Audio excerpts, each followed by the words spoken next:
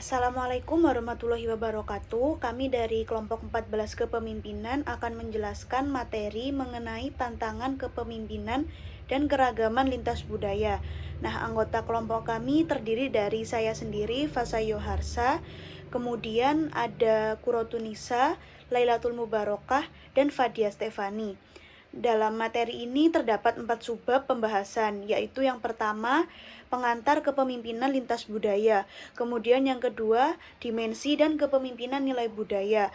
Yang ketiga, evaluasi penelitian lintas budaya dan mengelola keragaman. Dan yang terakhir ada gender dan kepemimpinan. Di sini saya akan menjelaskan mengenai pengantar kepemimpinan lintas budaya. Yang pertama ada pentingnya penelitian lintas budaya. Terdapat beberapa alasan menurut Aiman dan Korabik pada tahun 2010, kemudian menurut Connerley dan Pedersen pada 2005, kemudian menurut Dorfman pada 1996, dan menurut House, Wright, dan Aditya pada tahun 1997. Yang pertama, pentingnya penelitian lintas budaya itu adalah karena meningkatnya globalisasi organisasi. Nah, ketika globalisasi organisasi meningkat, maka seorang pemimpin penting untuk belajar tentang kepemimpinan yang efektif dalam budaya yang berbeda.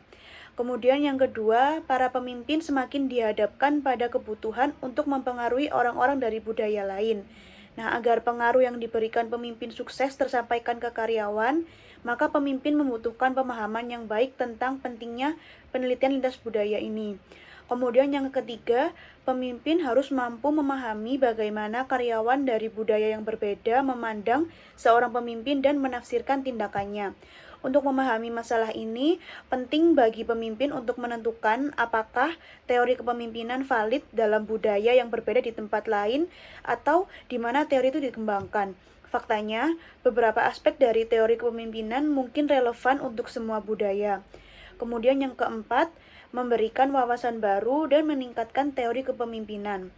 Penelitian lintas budaya juga mengharuskan pemimpin untuk mempertimbangkan rentang variabel dan proses yang lebih luas dari biasanya, sehingga hasil penelitian dapat memberikan wawasan baru dan meningkatkan teori kepemimpinan.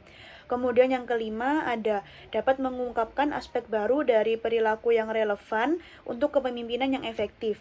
Kemudian yang keenam, penelitian lintas budaya menimbulkan beberapa tantangan metodologis yang unik yang dapat menghasilkan prosedur yang lebih baik untuk pengumpulan dan analisis data.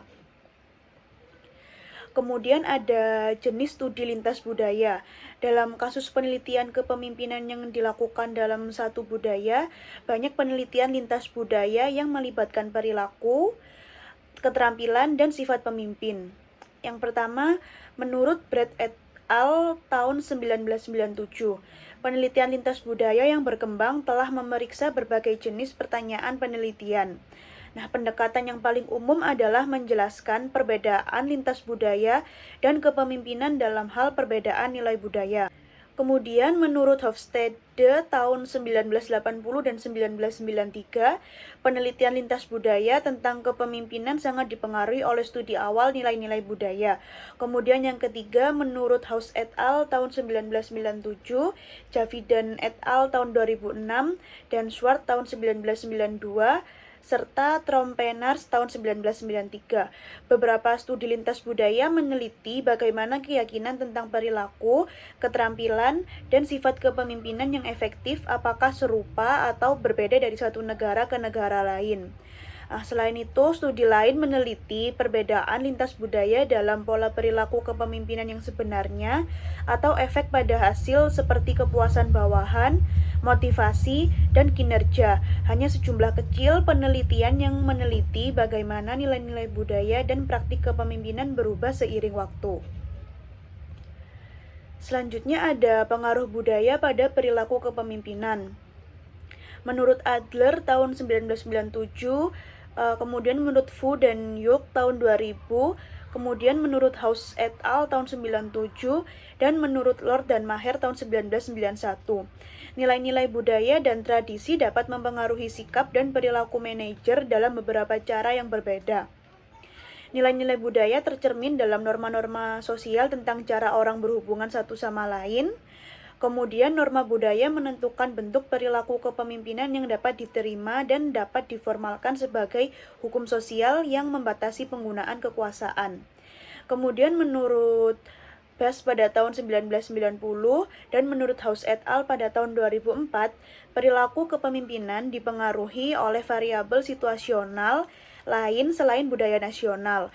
Nilai-nilai yang kuat dalam budaya organisasi bisa jadi konsisten atau mungkin tidak konsisten dengan nilai-nilai budaya yang dominan. Kemudian ada penelitian lintas budaya tentang perbedaan perilaku. Sebagian besar penelitian lintas budaya meneliti perbedaan antar negara berkaitan dengan pola khas perilaku kepemimpinan.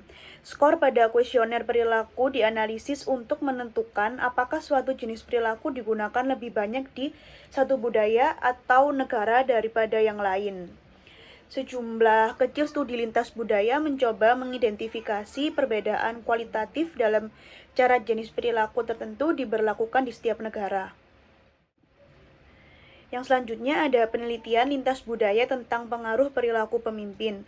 Studi lintas budaya juga menguji perbedaan dalam hubungan perilaku kepemimpinan dengan hasil seperti kepuasan dan kinerja bawahan. Yang pertama ada studi Skandura, von Glinow, dan Lowe pada tahun 1999 menemukan bahwa perilaku suportif secara signifikan terkait dengan kepuasan bawahan dan efektivitas kepemimpinan di Amerika Serikat tetapi tidak di Yordania atau Arab Saudi.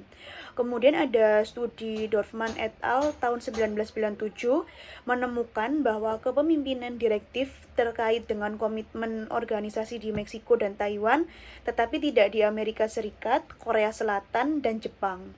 Kemudian ada studi Lam dan Cha tahun 2007 meneliti kepemimpinan oleh manajer cabang bank di Amerika Serikat dan Hong Kong. Kemudian ada studi oleh Fu dan Yuk tahun 2000 melakukan studi lintas budaya pada manajer perusahaan multinasional dengan fasilitas manufaktur serupa di Amerika Serikat dan Cina. Selanjutnya ada proyek Globe. Proyek Globe adalah studi lintas budaya kepemimpinan di 60 negara berbeda dan melibatkan lebih dari 150 penelitian yang mewakili semua wilayah utama dunia. Singkatan Globe sendiri berarti kepemimpinan global dan efektivitas perilaku organisasi, dengan harapan untuk mengembangkan teori berbasis empiris yang menggambarkan hubungan antara budaya nasional, proses organisasi, dan kepemimpinan. Dalam proyek Globe sendiri ini terdapat keyakinan budaya tentang atribut pemimpin ideal yang dibagi menjadi dua berdasarkan Dorfman Hanges dan Brodbeck 2004. Terdapat penilaian efektif di sebagian besar budaya, yaitu terdapat nilai-nilai visioner, penentu, dinamis, dapat diandalkan, mendorong dan positif, berorientasi pada keunggulan, jujur dan amanah, administrator yang terampil, dan integrator tim. Kemudian ada peringkat bervariasi lintas budaya ambisius, yaitu terdapat nilai-nilai ambisius, waspada, penuh kasih, mendominasi, resmi, rendah hati atau tidak menonjolkan diri, kemudian ada mandiri, pengambilan resiko, dan pengorbanan diri. Selanjutnya akan dilanjutkan oleh rekan saya. Baik, terima kasih atas kesempatannya. Nah, di sini kita membahas dimensi apa sih yang akan dinilai dalam kepemimpinan lintas budaya ini. Nah, dimensi ini akan membahas terkait keyakinan kepemimpinan, perilaku kepemimpinan, praktek pengembangan kepemimpinan, dan lain sebagainya. Sehingga secara lebih spesifik bisa dikatakan ada 6 dimensi yang akan dinilai. Antara lain, yang pertama ada jarak kekuasaan, egalitarianisme gender, penghindaran ketidakpastian, orientasi manusiawi, individualisme versus kolektivisme, dan orientasi kinerja. Nah, yang pertama, jarak kekuasaan. Jarak kekuasaan ini ada dua, tinggi dan rendah. Di budaya jarak kekuasaan tinggi, karyawan mengharapkan para pemimpin memiliki otoritas yang lebih besar dan lebih tinggi untuk membuat aturan dan arahan tanpa mempertanyakan kepada karyawan. Nah, di budaya ini, manajer lebih jarang berkonsultasi dengan bawahan ketika membuat keputusan. Di negara-negara dengan jarak kekuasaan tinggi, kemungkinan besar akan dikombinasikan dengan gaya pengambilan keputusan yang direktif dan otokratis. Contohnya di negara Rusia, Cina, Taiwan, dan sebagainya. Sedangkan di budaya dengan jarak kekuasaan rendah, biasanya menganut budaya kepemimpinan transformasional. mendukung, dan inspirasional. Lebih mungkin untuk digabungkan dengan gaya pengambilan keputusan yang partisipatif. Contohnya seperti di negara Eropa Barat, Selandia Baru, dan Amerika Serikat. Nah, yang kedua ada budaya penghindaran ketidakpastian. Nah, penghindaran ketidakpastian ini juga ada yang tinggi dan rendah. Dalam negara yang menganut budaya penghindaran ketidakpastian tinggi ini seperti Jerman, Prancis, Rusia, ini lebih banyak ketakutan akan hal yang tidak diketahui, dan orang-orang menginginkan lebih banyak keamanan, stabilitas, dan ketertiban. Jadi norma sosial, tradisi, kesepakatan, dan keahlian yang bersertifikat lebih dihargai, karena mereka menawarkan cara untuk menghindari ketidakpastian dan kekacauan. Selain itu, kualitas yang biasanya lebih diprioritaskan manajer diantaranya seperti sikap dapat diandalkan, teratur, dan berhati-hati. Sehingga membuat perencanaan yang lebih rinci, aturan formal, dan prosedur yang lebih terstruktur. Gitu. Contohnya, manajer di Jerman itu lebih mengharapkan lebih banyak keandalan dan ketepatan waktu. Berbeda dengan negara yang menganut budaya penghindaran ketidakpastian rendah, itu lebih menerapkan sikap fleksibel, inovatif, dan pengambilan resiko. Contohnya manajer di Inggris itu mengharapkan lebih banyak inovasi dan inisiatif dari bawahannya. Jadi tidak membuat perencanaan yang terstruktur seperti negara yang menganut budaya ketidakpastian tinggi. Yang ketiga ada individualisme versus kolektivisme. Budaya individualis ini, hak individu lebih penting daripada tanggung jawab sosial, dan orang diharapkan untuk menjaga diri mereka sendiri. Contoh negara dengan nilai individualisme yang kuat antara lain Amerika Serikat, sedangkan dalam budaya kolektivistik, keanggotaan dalam kelompok yang kohesif merupakan aspek penting dari identitas diri seseorang, dan loyalitas kepada kelompok merupakan nilai yang lebih penting gitu. Jadi di budaya kolektivisme ini, anggota lebih mungkin untuk menyumbangkan waktu mereka untuk melakukan pekerjaan ekstra.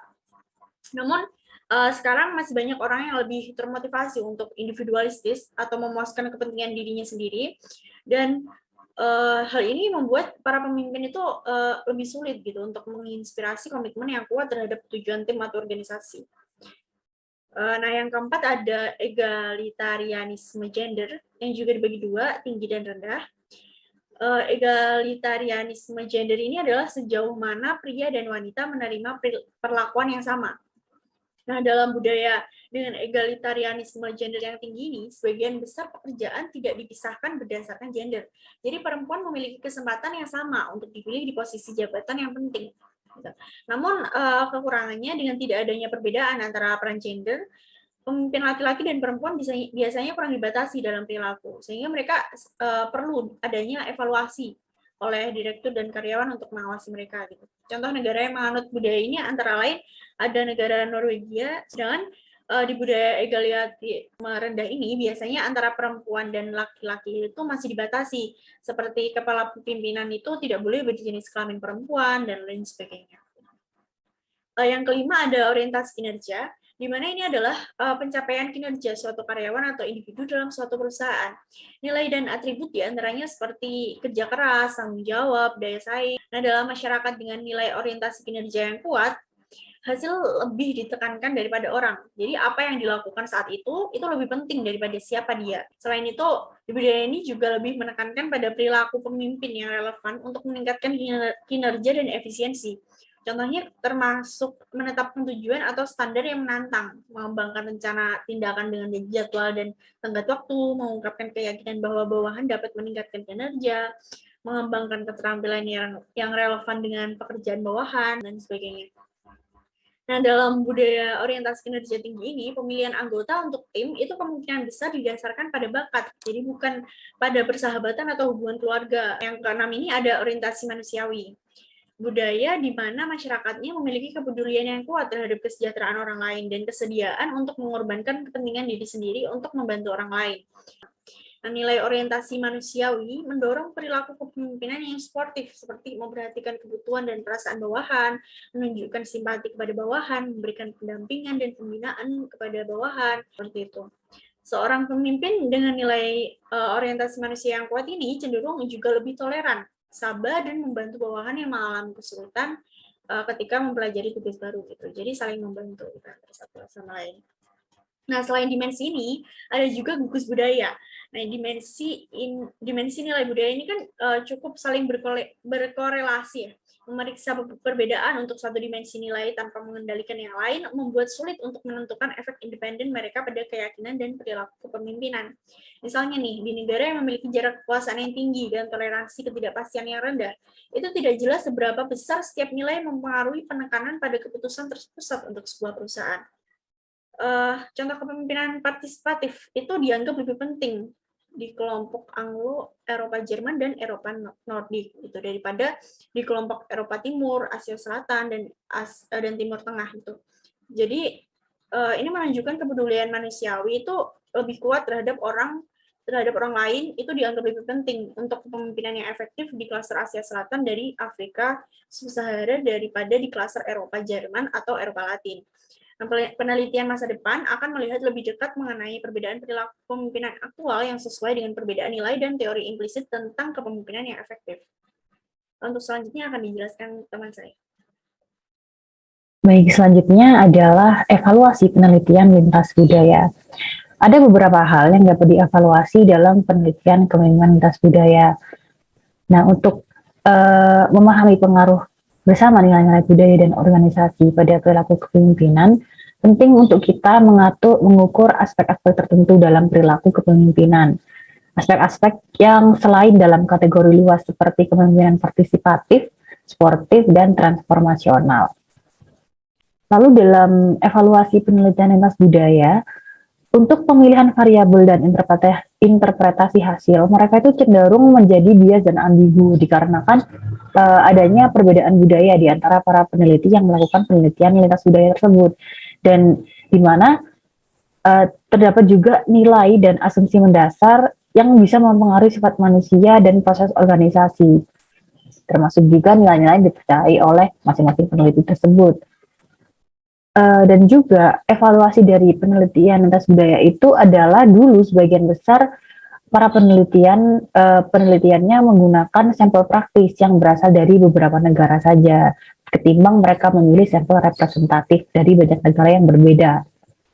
Keterbatasan lain dalam penelitian lintas budaya itu adalah mereka terlalu bergantung pada kuesioner survei.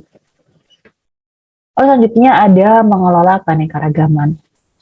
Keanekaragaman itu dapat berupa berbagai bentuk ya, bisa perbedaan ras atau perbedaan banyaknya etnis, usia ataupun jenis kelamin, pendidikan, penampilan fisik, tingkat sosial ekonomi, dan orientasi seksual. Adanya keanekaragaman ini sebenarnya memberikan beberapa dampak positif dan negatif. Kalau dari dampak positifnya, mereka itu keragaman ini bisa menawarkan banyak manfaat dan kayak potensi-potensi itu bagi kelompok atau organisasi. Seperti kalau kita memiliki banyak keragaman atau orang yang berbeda-beda dalam suatu kelompok, dan perbedaan pemikiran ini nantinya akan memberikan kreativitas yang berbeda-beda. Dan juga organisasi bisa memanfaatkan penuh tenaga kerja yang beragam ini untuk meningkatkan jumlah bakat tersedia dalam mengisi pekerjaan-pekerjaan penting. Seperti yang saya katakan tadi, selain hal-hal positif, ada juga hal-hal negatif dari keragaman ini. Contohnya kayak mereka akan menimbulkan ketidakpercayaan dan konflik karena adanya perbedaan dalam individu-individu. Juga bisa menimbulkan kepuasan yang lebih rendah dalam pekerjaan mereka, ataupun akan terjadi banyaknya pergantian karyawan yang lebih tinggi gitu. Nah, ada beberapa cara dalam mengelola keanekaragaman. Yang pertama itu mereka bisa menumbuhkan apresiasi dan toleransi. Dan tindakan menumbuhkan apresiasi dan toleransi ini bisa juga dibagi menjadi dua kategori. Yang pertama adalah mendorong toleransi dan apresiasi. Kalau yang mendorong ini, contohnya sikap yang harus dilakukan seperti para anggota organisasi ini bisa memberikan contoh dalam perilaku kita sendiri. Jadi kita bisa menerapkan hal tersebut dari dalam diri kita sendiri dulu. Lalu yang kedua, bisa mendorong rasa hormat terhadap perbedaan individu. Juga kita bisa mempromosikan pemahaman tentang nilai-nilai, kepercayaan, dan tradisi yang berbeda. Ataupun kita juga bisa menjelaskan manfaat keragaman bagi tim atau organisasi, dan bisa mendorong dan mendukung orang lain untuk yang mempromosikan toleransi keragaman. Dan hal-hal di atas itu bisa dilakukan melalui pelatihan atau tindakan sehari-hari dari para anggota organisasi. Yang kedua adalah menghindari intoleransi dan diskriminasi. Ini mirip seperti ungkapan sedia payung sebelum hujan ya. Dia itu lebih kayak mencegah gitu. Seperti sikap-sikap yang harus dilakukan itu kayak mencegah penggunaan stereotip untuk menggambarkan seseorang.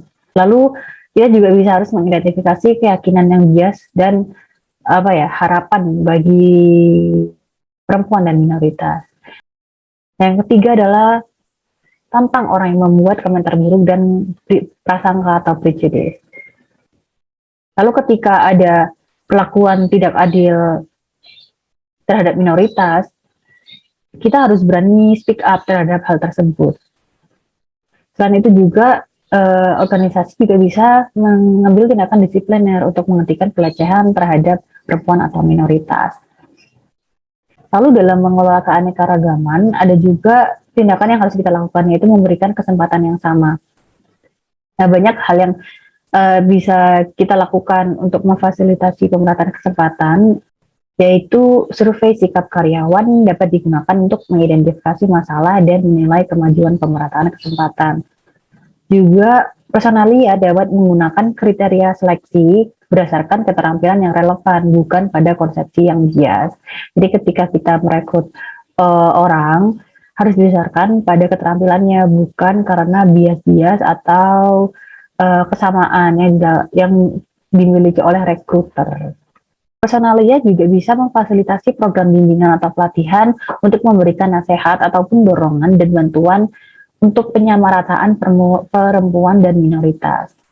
Dan tanggung jawab untuk pemberian kesempatan yang sama ini sebenarnya tidak hanya harus dilakukan oleh staf sumber daya manusia, tetapi juga butuh juga dukungan kuat dari manajemen puncak dan manajer di semua tingkat organisasi. Jadi harus dilakukan secara bersama-sama. Lalu yang terakhir adalah ada partisipasi dari dewan perusahaan untuk melakukan penentuan pemilihan CEO, sehingga dapat memberikan kesempatan yang sama untuk CEO wanita menjabat, karena kan selama ini rata-rata CEO dipegang oleh laki-laki. Untuk selanjutnya akan dijelaskan oleh rekan saya. Terima kasih. Baik, selanjutnya saya akan menjelaskan materi mengenai gender dan kepemimpinan. Yang pertama itu ada diskriminasi berdasarkan jenis kelamin. Meluasnya diskriminasi terlihat jelas pada rendahnya jumlah perempuan yang memegang posisi kepemimpinan tingkat tinggi di sebagian besar organisasi.